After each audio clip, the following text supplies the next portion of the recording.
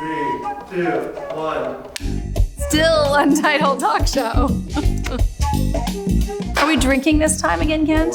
This is where you get to make me look stupid. I'm an expert at nothing. It's always Sophie's fault. I mean, I have no idea what we're talking about today, but here we are. Not that I'm high maintenance or anything. Sorry, is this a hot mic? It is now. Cheers. Oh. Why do you look like the nutty professor today? What? Mind just saying hi to that camera over there. Hi, camera. How are you? I'm drinking bourbon and I'm happy. And I'm just looking at Sarah, right? Hi, welcome back. Thanks for joining us. This is Sarah Wetenhall, and you are watching our still Untitled talk show. Maybe someday we'll name it. I don't know. Today, I have the one and only, famous or infamous, I don't know, maybe we'll determine by the end of today, Bettina Anderson joining us. Hi, Bettina. Hello, Sarah. Thank you for having me. Thanks for coming. You know, I just like to hang out with my friends. That's what really this is all about. An opportunity to hang out with you, I was in. I love it. I love it. So you grew up on Palm Beach. I did. I'm born and raised. I grew up on Seaview, and I went to the Palm Beach Day School and then St. Andrews. Have you ever not lived in Palm Beach?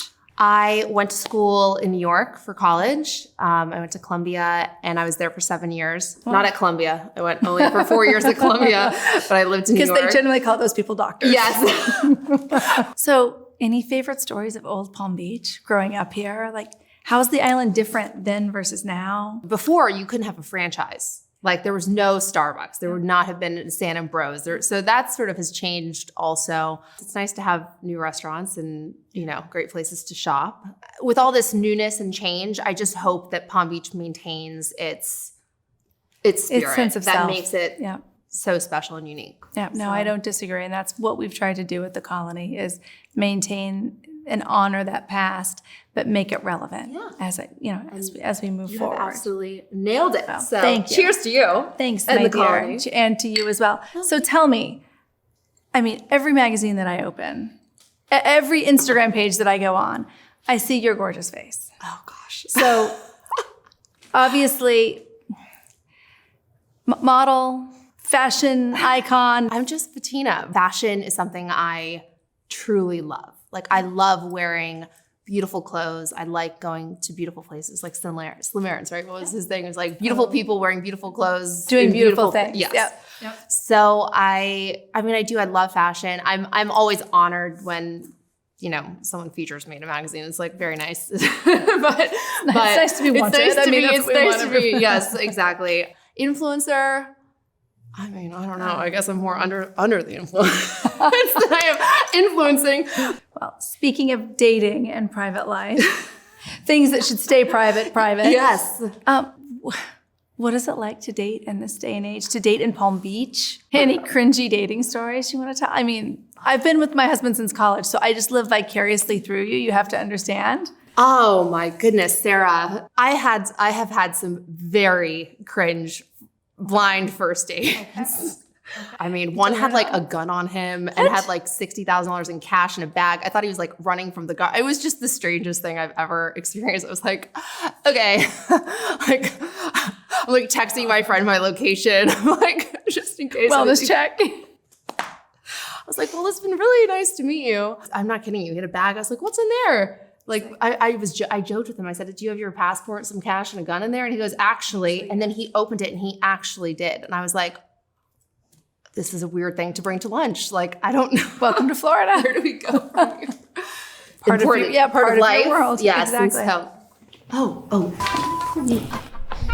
what's happening here? Are you getting this? This is so embarrassing. The fashionista is having a little bit of a wardrobe problem. We do this in honor of Trivia Night at the Colony. This is our own little trivia that we play with one another. Sarah, ask her a follow-up after each question. Trivia Night is one of my favorite nights here, by the way. It's so fun. It's everyone's favorite night. I'm so glad to hear that. That makes me so happy to hear you say that. I'm horrible at trivia, so I'm just going to throw that out there now. Okay. In Greek mythology, who was the messenger of the gods? Hermes. Yes. Really? Yes. And do you have a story behind this or no? Not that. Well, how do I know? I'm messed up. Next. I mean, I love Hermes. Obviously, and I would have said the messenger of the gods was Hermes, not Hermes, just to be clear. But it is Hermes. It is Hermes. You're totally right. But I would have said Hermes because I told you. Jack of all trades, master of none. I know a lot of random things, but okay. Okay, you're up. Okay. In which country is the ancient city of Petra located? Jordan. Good job. Have you been? No, I'm dying to go. I have been. This is the first. It this is magical. the first question I've gotten right, Bettina. It is. We did it right here Finally. today. Good Finally. for you. Okay. The jingle starting with "Hello, everybody, hello, hello" was a popular advertising song for what type of product in the mid 20th century? Shampoo. Bonus: sing me the jingle. Okay, it's shampoo, and it goes. I didn't have time to warm up my vocals. Oh, well, hello, everybody. Hello, hello, hello to the shampoo that glorifies my hair. So hello, everybody. Hello, hello, hello, shampoo, hello. Were you in this commercial? No, but if anyone's hiring. That was something my dad would sing when we were children. I have never fact-checked them. Didn't even know if these lyrics were correct, but that was... You nailed it. You nailed it. Okay, well, anyway. I feel great about that for you. Which former basketball star... Want to read it again? Okay. Which former basketball star... No. Baseball. Sorry. Thank you. We're going to try one more time. Yes. Which former baseball star and husband of a famous Hollywood actress famously became enraged over the iconic skirt-blowing scene in The 7-Year Itch? Joe DiMaggio.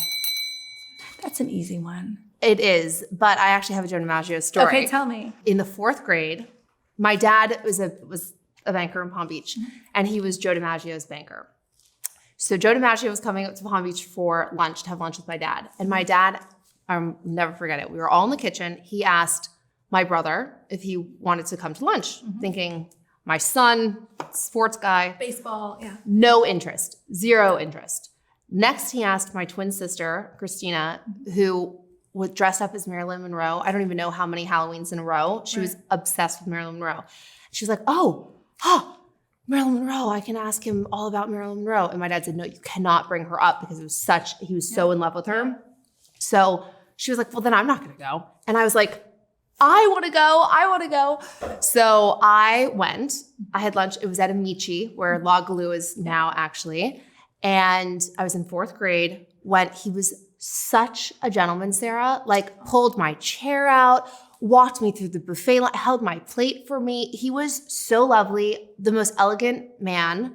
Couldn't have been happier that I went in 4th grade. And I knew that, even as a 4th grader, I knew that this was a very important person and that I was so lucky to be there. He dropped me off at school.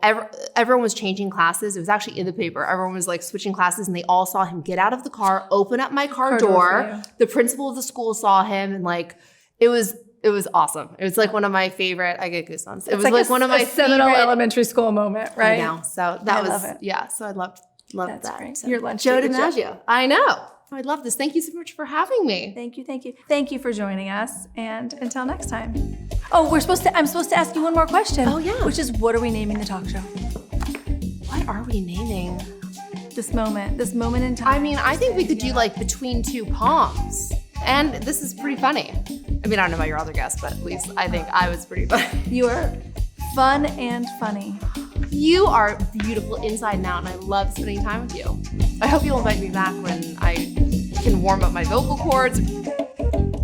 Halo, everybody, halo. Halo is the shampoo that glorifies your hair. So halo.